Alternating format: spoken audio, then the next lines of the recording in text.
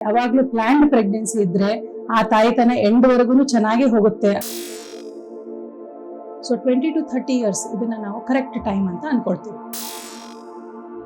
Abortion risk ಆಗಲಿ ಅಥವಾ ಮಗುಗೆ ಬುದ್ಧಿಮಾಂದ್ಯತೆ, ಬ್ರೈನದ್ದು ಅಥವಾ ಸ್ಪೈನದ್ದು ಏನಾದ್ರು ಪ್ರಾಬ್ಲಮ್ ಆಗೋ ಥರ ಇತ್ತು ಅಂದ್ರೆ ಅದನ್ನ ನಾವು ತಡೆಗಟ್ಟಬೇಕು. ಪ್ರೆಗ್ನೆನ್ಸಿ ಆಯಿತು, ಸೊ ಅವಾಗ ನೀವು ಡಾಕ್ಟರ್ ಹತ್ರ ಎಷ್ಟು ಸತಿ ಹೋಗಬೇಕು? ಒಂದೊಂದ್ಸತಿ ಟ್ವಿನ್ಸ್ ಜೆಸ್ಟೇಷನ್ ಇರುತ್ತೆ, ಅಂದ್ರೆ ಒಂದು ಮಗು ಬದಲು 2 ಮಕ್ಕಳು.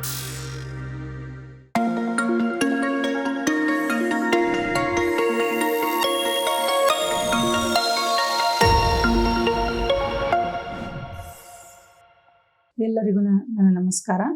ನಾನು ಡಾಕ್ಟರ್ ತೇಜಸ್ವಿನಿ ಹಿರೇಮಠ್, ಸ್ತ್ರೀರೋಗ ತಜ್ಞೆ, ಸೌಖ್ಯದ ಆಸ್ಪತ್ರೆ ಗದಗಿಂದ ಮಾತಾಡ್ತಾ ಇದ್ದೀನಿ. ವಿಸ್ತಾರ ನ್ಯೂಸ್ ವೀಕ್ಷಕರಿಗೆ ನನ್ನ ನಮಸ್ಕಾರಗಳು. ಇಂದು ನಾನು ಸೇಫ್ ಮದರ್ಹುಡ್ ಅಥವಾ ಸುರಕ್ಷಿತ ತಾಯ್ತನ ಇದ್ರ ಬಗ್ಗೆ ಕೆಲವೊಂದು ಮಾಹಿತಿಗಳನ್ನು ನಿಮ್ಗೆ ಕೊಡಬೇಕು ಅಂತ ಇಚ್ಛಿಸ್ತಿದ್ದೀನಿ. ಈಗ ನಮ್ಮ ಸೇಫ್ ಮದರ್ಹುಡ್ ಅಥವಾ ಸುರಕ್ಷಿತ ತಾಯ್ತನ ಹೊಂದಬೇಕು ಅಂದ್ರೆ ಒಂದು ಹೆಣ್ಣು ಮಗಳು ತಾಯಿ ಆದ್ಮೇಲೆ ಶುರು ಆಗೋದಿಲ್ಲ. ಇದು ಯಾವಾಗಿಂದ ಶುರು ಆಗ್ಬೇಕು ಅಂದ್ರೆ ಒಬ್ಬ ತಾಯಿ ಪ್ರೆಗ್ನೆಂಟ್ ಆಗೋಕ್ಕಿಂತ ಮುಂಚೆಯಿಂದನೇ ಇದ್ರದ್ದು ತಯಾರಿ ಎಲ್ಲ ಆಗ್ಬೇಕು. ಸೊ ಈಗ ಒಂದು ಹೆಣ್ಣು ಮಗಳು ದೊಡ್ಡಕ್ಕೆ ಆದ್ಮೇಲೆ ಅವಳದು ತಿಂಗಳ ಋತುಸ್ರಾವ ಎಲ್ಲ ಆಗ್ತಾ ಇರತ್ತೆ. ಸೊ ಆ ಟೈಮ್ನಲ್ಲಿ ಅವಳಿಗೆ ಬೇಕಾಗಿರುವಂತ ನ್ಯೂಟ್ರಿಷನ್ ಆಗ್ಲಿ, ಬೇಕಾಗಿರುವಂತ ರಕ್ತ ಚೆನ್ನಾಗಾಗುವಂತಹ ನ್ಯೂಟ್ರಿಷನ್ ಆಗ್ಲಿ, ಅಥವಾ ಅವಳಿಗೆ ಏನಾದ್ರೂ ತೊಂದರೆ ಇತ್ತು ಅಂದ್ರೆ ರಕ್ತಹೀನತೆ ಆಗ್ಲಿ ಅಥವಾ TB ಕಾಯಿಲೆ ಆಗ್ಲಿ ಅಥವಾ ಯಾವುದೇ ದೊಡ್ಡ ರೋಗಗಳಾಗ್ಲಿ, ಇಂಥವೇನಿದ್ರು ಕೂಡ ಅವಳು ತಾಯಿ ಅವಕ್ಕಿಂತ ಮುಂಚೆನೆ ಅದರದ್ದು ಎಲ್ಲ ಟ್ರೀಟ್ಮೆಂಟ್ ತಗೊಂಡು ಅವಳು ಅದಕ್ಕೆ ರೆಡಿ ಆಗ್ಬೇಕು. ಆಮೇಲೆ ಈಗ ಪ್ರೆಗ್ನೆನ್ಸಿ ಎಮರ್ಜೆನ್ಸಿಯಾಗಿ ಪ್ರೆಗ್ನೆನ್ಸಿ ಆಗೋದು ಒಳ್ಳೇದಲ್ಲ.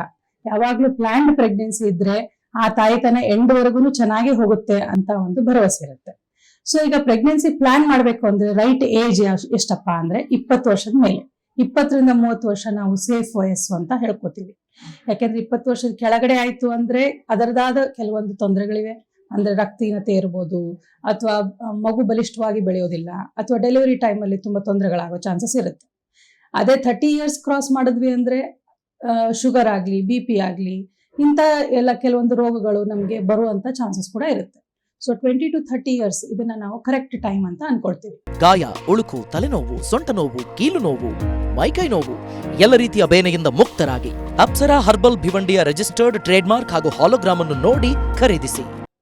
ಸೊ ಪ್ರೆಗ್ನೆನ್ಸಿ ಆಗೋಕ್ಕಿಂತ ಮುಂಚೆ ಒಬ್ಬ ಹೆಣ್ಣು ಮಗಳು ಕೆಲವೊಂದು ಬ್ಲಡ್ ಟೆಸ್ಟ್ಗಳಿವೆ. ಯಾವ್ದಪ್ಪ? ಒಂದು ಥೈರಾಯ್ಡ್ ಇರ್ಬೋದು, ಶುಗರ್ ಇರ್ಬೋದು, ನಿಮ್ಮ ಹಿಮೋಗ್ಲೋಬಿನ್ ಇರ್ಬೋದು, ನಿಮ್ಮ ಬ್ಲಡ್ ಗ್ರೂಪ್ ಇರ್ಬೋದು, HIV, HbSAg ಇಂಥ ಕೆಲವೊಂದು ಬ್ಲಡ್ ಟೆಸ್ಟ್ಗಳನ್ನು ಮಾಡಿ ಅವೇನಾದ್ರು ತೊಂದರೆಗಳಿತ್ತನ್ನ ಅಂದ್ರೆ ರಿಪೇರಿ ಮಾಡಿಕೊಂಡು ಪ್ರೆಗ್ನೆನ್ಸಿ ಆಯ್ತು ಅಂದ್ರೆ ನಮ್ಗೆ ಹುಟ್ಟೋ ಮಗುಗೆ ಏನು ತೊಂದರೆಗಳು ಬರೋದಿಲ್ಲ. ಆಮೇಲೆ ಕೆಲವೊಂದು ಟ್ಯಾಬ್ಲೆಟ್ಸ್ ಇರುತ್ತೆ. ಯಾವುದು? Folic acid. This is very important vitamin. ಇದನ್ನ ನೀವು ಪ್ರೆಗ್ನೆನ್ಸಿ ಆಗೋಕ್ಕಿಂತ ಮುಂಚೆ 1 ತಿಂಗಳ ಮುಂಚೆಯಿಂದನೂ ಡೈಲಿ ಬೇಸಿಸ್ ಅಲ್ಲಿ 5 mg ಅಷ್ಟು ಟ್ಯಾಬ್ಲೆಟ್ನ ನುಂಗಬೇಕು.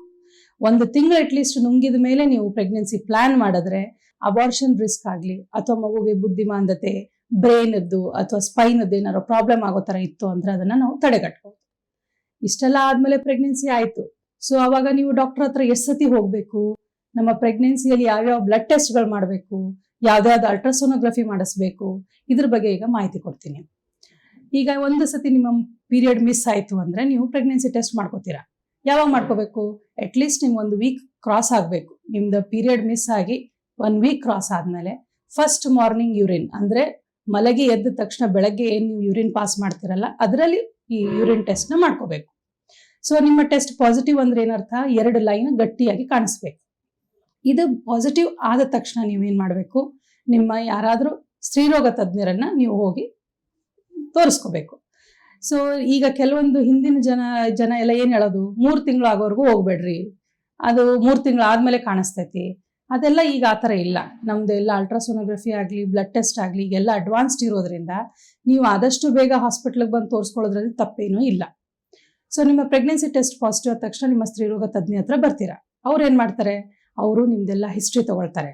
ಅಂದರೆ ನಿಮ್ಮ ಮನೆಯಲ್ಲಿ ಯಾರಿಗಾದ್ರೂ ಏನಾದರೂ ಹೃದಯ ತೊಂದರೆಗಳಿದೆಯಾ, ಅಥವಾ ಟ್ವಿನ್ಸ್ ಏನಾದ್ರು ಆಗಿತ್ತಾ, ಅಥವಾ ಮನೆಯಲ್ಲಿ ಯಾರಿಗಾದ್ರೂ ಏನಾದ್ರು ಡಿಸೀಸಸ್ ಇತ್ತಾ, ಅದೆಲ್ಲ ಹಿಸ್ಟ್ರಿ ತಗೊಳ್ತಾರೆ. ನಿಮಗೂ ಏನಾದರೂ ತೊಂದರೆಗಳು ಅಂದರೆ ಆಲ್ರೆಡಿ ಥೈರಾಯ್ಡ್ ತೊಂದರೆ ಏನಾರು ಇತ್ತು, ಫಿಟ್ಸ್ ರೋಗ ಇತ್ತು, ಹೃದಯ ತೊಂದರೆ ಇತ್ತು, BP, ಶುಗರ್ ಈ ಥರ ಏನಾರು ಇತ್ತು ಅಂದರೆ ಅದನ್ನು ಅವರು ನೋಟ್ ಮಾಡ್ಕೊಳ್ತಾರೆ. Then they will do a baseline test. ಏನು ಬೇಸ್ ಲೈನ್ ಟೆಸ್ಟ್ ಅಂದರೆ ನಿಮ್ಮದು ಹೈಟ್, ವೇಟ್, BP, ಆಮೇಲೆ sugar test, thyroid test, haemoglobin, blood group, HIV, HbCG ಮತ್ತೆ ಯೂರಿನ್ ಟೆಸ್ಟ್ ಇವುಗಳನ್ನು ಮಾಡ್ತಾರೆ ಅವರು. ಮಾಡಿ ನಿಮಗೆ ಬೇಕಾಗುವಂತ ಮಾತ್ರೆಗಳು ಅಂದ್ರೆ ಯಾವುದು, ಫೋಲಿಕ್ ಆಸಿಡ್ ಮಾತ್ರೆಗಳು. ಆಮೇಲೆ ಕೆಲವೊಂದ್ಸತಿ ಹೆಣ್ಮಕ್ಳಿಗೆ ತುಂಬಾ ವಾಮಿಟಿಂಗ್ ಸೆನ್ಸೇಷನ್ ಅಥವಾ ವಾಮಿಟ್ ಆಗ್ತಾನೆ ಇರುತ್ತೆ, ಅಂಥವರಿಗೆ ವಾಮಿಟ್ ಆಗದೆ ಇರೋ ತರ ಟ್ಯಾಬ್ಲೆಟ್ಸ್ ಈ ತರ ಎಲ್ಲ ಬರೆದು ನಿಮ್ಗೆ ಕೊಡ್ತಾರೆ. ಕೆಲವೊಬ್ಬರಿಗೆ ಹೊಟ್ಟೆ ಹಸಿವು ಆಗೋದಿಲ್ಲ, ಊಟ ಮಾಡಿದ್ದು ಜೀರ್ಣ ಆಗೋದಿಲ್ಲ, ಈ ತರ ಎಲ್ಲ ತೊಂದರೆಗಳಿರುತ್ತೆ. ಅಂಥವ್ರಿಗೆ ಅವ್ರು ಏನ್ ಮಾಡ್ತಾರೆ, ಹಾಲಲ್ಲಿ ಹಾಕೋ ಪೌಡ್ರು, ಅಂದ್ರೆ ನಿಮ್ಮ ಬಲಿಷ್ಠ ಆಗ್ಲಿ ಮಗು ಅನ್ನೋದಕ್ಕೆ ಅಥವಾ ನಿಮ್ಮ ರಕ್ತ ಒಳ್ಳೇದಾಗ್ಲಿ ಅನ್ನೋದಕ್ಕೆ ಈ ತರ ಮಾತ್ರೆಗಳನ್ನು ಹಾಕೊಡ್ತಾರೆ ಅವರು. ಇದನ್ನ ನೀವು ಕರೆಕ್ಟಾಗಿ ತಗೋಬೇಕು. ಆಮೇಲೆ ವಾಂತಿ ಆಗುತ್ತನ್ನೋ ಭಯದಿಂದ ಊಟ ಬಿಡೋದಾಗ್ಲಿ ನೀರು ಬಿಡೋದಾಗ್ಲಿ ಮಾಡಬಾರ್ದು. ವಾಂತಿ ಆದ್ರೂ ಚಿಂತೆ ಇಲ್ಲ, ನಾನು ಊಟ ಮಾಡ್ತೀನಿ ಅನ್ನೋದನ್ನ ನೀವು ತಲೆಯಲ್ಲಿ ತಗೊಂಡ್ ಬರ್ಬೇಕು. ವಾಮಿಟಿಂಗ್ ಸೆನ್ಸೇಷನ್ನ ಕಂಟ್ರೋಲ್ ಮಾಡೋದಕ್ಕೆ ಮಾತ್ರೆಗಳೇ ಬೇಕಂತಿಲ್ಲ. ನಮ್ಮ ಮೈಂಡ್ ಅನ್ನು ಕಂಟ್ರೋಲ್ ಮಾಡಿದ್ರು ಕೂಡ vomiting sensation can be controlled. So ಈಗ ನೆಕ್ಸ್ಟ್ ನಮ್ಮ ಪ್ರೆಗ್ನೆನ್ಸಿ ಇರೋದು 9 ತಿಂಗಳು. ಕಪ್ಪು ಜೀರಿಗೆ ಮತ್ತು ಅತ್ಯಮೂಲ್ಯ ಸ್ಥಳೀಯ ಗಿಡಮೂಲಿಕೆಗಳಿಂದ ಮಾಡಿದ ಅಪ್ಸರಾ ಹರ್ಬಲ್ ಭಿವಂಡಿಯ ರೋಗನ್ ಸುಕೂನ್ ಮಸಾಜ್ ಎಣ್ಣೆಯನ್ನು ಯಾವಾಗಲೂ ಬಳಸಿ. ಅಥವಾ 280 ಡೇಸ್ ಅಂತ ಹೇಳ್ತೀವಿ. ಸೊ ಈ 9 ತಿಂಗಳನ್ನ ನಾವು 3 ತಿಂಗಳಲ್ಲಿ ಪ್ರಕಾರವಾಗಿ 3 ತರ ನಾವು ಡಿವೈಡ್ ಮಾಡ್ತೀವಿ. ಫಸ್ಟ್ ಟ್ರೈಮಿಸ್ಟರ್, ಸೆಕೆಂಡ್ ಟ್ರೈಮಿಸ್ಟರ್ ಮತ್ತು ಥರ್ಡ್ ಟ್ರೈಮಿಸ್ಟರ್. ಈ ಇಷ್ಟು ಟ್ರೈಮಿಸ್ಟರ್ ಅಲ್ಲಿ ನೀವು ಎಷ್ಟೊತ್ತಿ ಡಾಕ್ಟರ್ ಹತ್ರ ಹೋಗ್ಬೇಕು? ಬರೀ ಪ್ರೆಗ್ನೆನ್ಸಿ ಟೆಸ್ಟ್ ಪಾಸಿಟಿವ್ ಅಂದ ತಕ್ಷಣ ಹೋಗ್ಬಿಟ್ರೆ ಅಲ್ಲ. ನೀವು ಮಿನಿಮಮ್ 4 ಟೈಮ್ಸ್ ಆದ್ರೂ ನಿಮ್ಮ ಸ್ತ್ರೀರೋಗ ತಜ್ಞನ ನೀವು ಮೀಟ್ ಮಾಡಬೇಕು. ಮಿನಿಮಮ್ ನಾನು ಹೇಳ್ತಿರೋದು. ಆಕ್ಚುಲಿ ರೆಕಮೆಂಡೇಶನ್ ಏನಿದೆ, ತಿಂಗಳ ನೀವು ಹೋಗಿ ತೋರಿಸ್ತಾನೆ ಇರಬೇಕು. ಆದ್ರೆ ನಿಮಗೆ ಆಗೋದಿಲ್ಲ ಅಂದ್ರೆ at least 4 times you have to go and visit your doctor. So first one, ಅವರು ಬಂದು ನೀವು ಯೂರಿನ್ ಪ್ರೆಗ್ನೆನ್ಸಿ ಟೆಸ್ಟ್ ಪಾಸಿಟಿವ್ ಆದ ತಕ್ಷಣ ಬರ್ತೀರಾ, ಅವಾಗ ಅವ್ರು ಕೆಲವೊಂದು ಬ್ಲಡ್ ಟೆಸ್ಟ್ ನಾನು ಏನೇನು ಹೇಳಿದೆ ಅದೆಲ್ಲ ಮಾಡಿಸ್ತಾರೆ. ಅದರ ಜೊತೆಗೆ ಒಂದು ಸ್ಕ್ಯಾನಿಂಗ್ ಮಾಡ್ತಾರೆ, ಅರ್ಲಿ ಪ್ರೆಗ್ನೆನ್ಸಿ ಸ್ಕ್ಯಾನ್ ಅಥವಾ ಡೇಟಿಂಗ್ ಸ್ಕ್ಯಾನ್ ಅಂತ ಹೇಳ್ತೀವಿ. ಇದರಲ್ಲಿ ಏನಪ್ಪ ನೋಡೋದು, ಮಗು ಗರ್ಭದಲ್ಲಿಯೇ ಇದೆಯೋ ಇಲ್ವೋ, ಅಥವಾ ಮಗು ಒಂದೊಂದ್ಸತಿ ಏನಾಗುತ್ತೆ ಗರ್ಭ ಬಿಟ್ಟು ಹೊರಗಡೆ ಅಥವಾ ಎಕ್ಟೋಪಿಕ್ ಪ್ರೆಗ್ನೆನ್ಸಿ ಅಂತ ಹೇಳ್ತೀವಿ. ಅಂಡಾಶಯದಲ್ಲಾಗ್ಬೋದು, ಟ್ಯೂಬಲ್ ಆಗ್ಬೋದು. ಈ ತರ ಆಗಿದ್ರೆ ಅದು ತಾಯಿ ಜೀವಕ್ಕೆ ಅಪಾಯ ಇರುತ್ತೆ. ಅದು ಅಂತ ಮಗು ಬೆಳೆಯೋದಿಲ್ಲ, ಬೆಳೆದ್ರೂ ಕೂಡ ಅದು ಒಡೆದೋಗಿ ತಾಯಿಗೆ ಜೀವಕ್ಕೆ ಅಪಾಯ ತರಬಹುದು. ಸೊ ಅದನ್ನ ನಾವು ಕಂಡುಹಿಡಿಯೋದಕ್ಕೆ ಡೇಟಿಂಗ್ ಸ್ಕ್ಯಾನ್ ಅಂತ ಮಾಡಬೇಕು. ಈ ಸ್ಕ್ಯಾನ್ ಅಲ್ಲಿ ಏನ್ ನೋಡ್ತೀವಿ, ಕೆಲವೊಬ್ರದ್ದು ಮುಟ್ಟು ತಿಂಗಳ ಸರಿಯಾಗಿ ಬರ್ತಿರೋದಿಲ್ಲ. ಸೊ ಅಂಥವರಿಗೆ ಯಾವಾಗ ಮುಟ್ಟು ಬಂದಿತ್ತು ಅನ್ನೋದು ನೆನಪು ಇರೋದಿಲ್ಲ. ಅವಾಗ ನಮ್ಮ ಡೇಟಿಂಗ್ ಸ್ಕ್ಯಾನ್ ಮಾಡೋದ್ರಿಂದ ನಮಗೆ ಡೆಲಿವರಿ ಡೇಟ್ ಯಾವಾಗಿದೆ, ಈ ಮಗು ಎಷ್ಟು ಬೆಳೆದಿದೆ ಅನ್ನೋದನ್ನ ಕಂಡುಹಿಡಿಬಹುದು. ಜೊತೆಗೆ ಮಗು ಏನಾದರೂ ಗರ್ಭದಲ್ಲಿಯೋ ಇದೆಯೋ ಇಲ್ಲೋ, ಎಕ್ಟೋಪಿಕ್ ಪ್ರೆಗ್ನೆನ್ಸಿನ ರೂಲ್ ಔಟ್ ಮಾಡ್ಬೋದು. ಒಂದೊಂದ್ಸತಿ ಟ್ವಿನ್ಸ್ ಜೆಸ್ಟೇಷನ್ ಇರುತ್ತೆ, ಅಂದ್ರೆ ಒಂದು ಮಗು ಬದಲು 2 ಮಕ್ಕಳು, ಅಂತದನ್ನು ಕೂಡ ನಾವು ಬೇಗನೆ ಕಂಡುಹಿಡಿಬೇಕಾಗತ್ತೆ. ಸೊ ಇದನ್ನೆಲ್ಲ ನೋಡೋದಕ್ಕೆ ನಾವು ಅರ್ಲಿ ಸ್ಕ್ಯಾನ್ ಅಥವಾ ಡೇಟಿಂಗ್ ಸ್ಕ್ಯಾನ್ ಮಾಡಿಸ್ಬೇಕು. ನೆಕ್ಸ್ಟ್ ನಿಮ್ಮ ವಿಸಿಟ್ ಇರೋದು 3 ಮಂತ್ಸ್ ಅಲ್ಲಿ. 3 ಮಂತ್ಸ್ ಅಂದ್ರೆ 12 ವೀಕ್ಸ್ ಅಂತ ಹೇಳ್ತೀವಿ. ಸೊ 12 to 13 ವೀಕ್ಸ್ ಅಲ್ಲಿ ಮೋಸ್ಟ್ ಇಂಪಾರ್ಟೆಂಟ್ ಸ್ಕ್ಯಾನ್ ಏನಪ್ಪಾ ಅಂದ್ರೆ NT ಸ್ಕ್ಯಾನ್ ಅಂತ ಹೇಳ್ತೀವಿ, ಅಥವಾ ನ್ಯೂಕ್ಲಿಯರ್ ಟ್ರಾನ್ಸ್ಲೂಸೆನ್ಸಿ ಸ್ಕ್ಯಾನ್ ಅಂತ. ಇದರಲ್ಲಿ ಏನು ನೋಡ್ತೀವಿ ನಾವು ಅಂದ್ರೆ ಮಗುವಿನ ಕತ್ತಿನ ಹಿಂದೆ ಇರುವ ಚರ್ಮದ್ದು ದಪ್ಪ ಎಷ್ಟಿದೆ ಅಂತ ಚೆಕ್ ಮಾಡೋದು. ಇದನ್ನ ನಾವು ಕಟ್ ಆಫ್ ತಗೊಳ್ಳೋದು 3.5 ಮಿಲಿಮೀಟರ್ಸ್. ಸೊ ಇದನ್ನ ಯಾಕಪ್ಪ ಮಾಡಿಸ್ಬೇಕು? 3.5 ಮಿಲಿಮೀಟರ್ಕಿಂತ ಹೆಚ್ಚಿದ್ರೆ ಅದರದ್ದು ಏನಪ್ಪ ಪ್ರಾಮುಖ್ಯತೆ ಅಂದ್ರೆ, ನಿಮ್ಮ ಮಗುವಿಗೆ ಕೆಲವೊಂದು ಜೆನೆಟಿಕ್ ಡಿಸೀಸಸ್ ಅಂದ್ರೆ ಡೌನ್ ಸಿಂಡ್ರೋಮ್ ಅಂತ ಕೇಳಿರ್ಬೋದು, ಅಂದ್ರೆ ಬುದ್ಧಿಮಾಂದ್ಯತೆ ಆಗೋ ಚಾನ್ಸಸ್, ಅಥವಾ ಕೆಲವೊಂದು ಜೆನೆಟಿಕ್ ಡಿಸೀಸಸ್ ಏನಾದ್ರು ಇದೆಯಾ, ಅಥವಾ ನ್ಯೂರಲ್ ಟ್ಯೂಬ್ ಡಿಫೆಕ್ಟ್ಸ್ ಅಂದ್ರೆ ಬ್ರೈನ್, ಸ್ಪೈನ್ ಇವೆಲ್ಲ ಫಾರ್ಮೇಶನ್ ಅಲ್ಲಿ ಏನಾದ್ರು ತೊಂದರೆ ಆಗೋ ತರ ಇದೆಯಾ, ಅದನ್ನು ಕೂಡ ನಾವು ಕಂಡುಹಿಡಿಬಹುದು. ಇಷ್ಟು ಬೇಗ ಹಿಡಿಯೋದ್ರಿಂದ ಇಂಥ ಮಗುವನ್ನ ನಾವು ಬೆಳೆಯೋದಕ್ಕೆ ಬಿಡಕ್ಕಂತೂ ಬರೋದಿಲ್ಲ. ಸೊ ಇಷ್ಟು ಬೇಗ ನಾವು ಇದನ್ನ ಟರ್ಮಿನೇಟ್ ಮಾಡೋದು ಕೂಡ ಈಸಿ ಇರುತ್ತೆ. ತಾಯಿಗೆ ರಕ್ತಸ್ರಾವ ಎಲ್ಲ ಜಾಸ್ತಿ ಆಗೋದಿಲ್ಲ, ಅವಾಗ ತೊಂದರೆಗಳು ಜಾಸ್ತಿ ಆಗೋದಿಲ್ಲ. ಅದು ಟ್ಯಾಬ್ಲೆಟ್ ಇಂದನೇ ಇದನ್ನ ನಾವು ಕ್ಲಿಯರ್ ಕೂಡ ಮಾಡಬಹುದು. ಅದಕ್ಕೆ ಇದನ್ನ ನಾವು ಸ್ಕ್ಯಾನ್ ಮಾಡಿಸ್ಬೇಕು. ಈ ಸ್ಕ್ಯಾನ್ ಜೊತೆಗೆ ಒಂದು ಬ್ಲಡ್ ಟೆಸ್ಟ್ ಇದೆ, ಅದರ ಹೆಸರೇನು ಡಬಲ್ ಮಾರ್ಕರ್ ಅಂತ. ಸೊ ಈ ಸ್ಕ್ಯಾನ್ ಮಾಡೋದ್ರಿಂದ ನಮಗೆ ಮಗು ಚೆನ್ನಾಗಿದೆ ಅನ್ನೋದನ್ನ ನಾವು 80 to 90% ವರೆಗೂ ಕನ್ಫರ್ಮ್ ಮಾಡ್ಬೋದು. ಬಟ್ ಅದೇ ಡಬಲ್ ಮಾರ್ಕರು ನಾವು ಮಾಡಿಸಿದ್ವಿ, ಅದು ಕೂಡ ನಾರ್ಮಲ್ ಅಥವಾ ಲೋ ರಿಸ್ಕ್ ಅಂತ ಬಂತು ಅಂದ್ರೆ ಈ ಸ್ಪೆಸಿಫಿಸಿಟಿನ ನಾವು 90% ಇಂದ 95% ವರೆಗೂ ತಗೊಂಡು ಹೋಗ್ಬೋದು.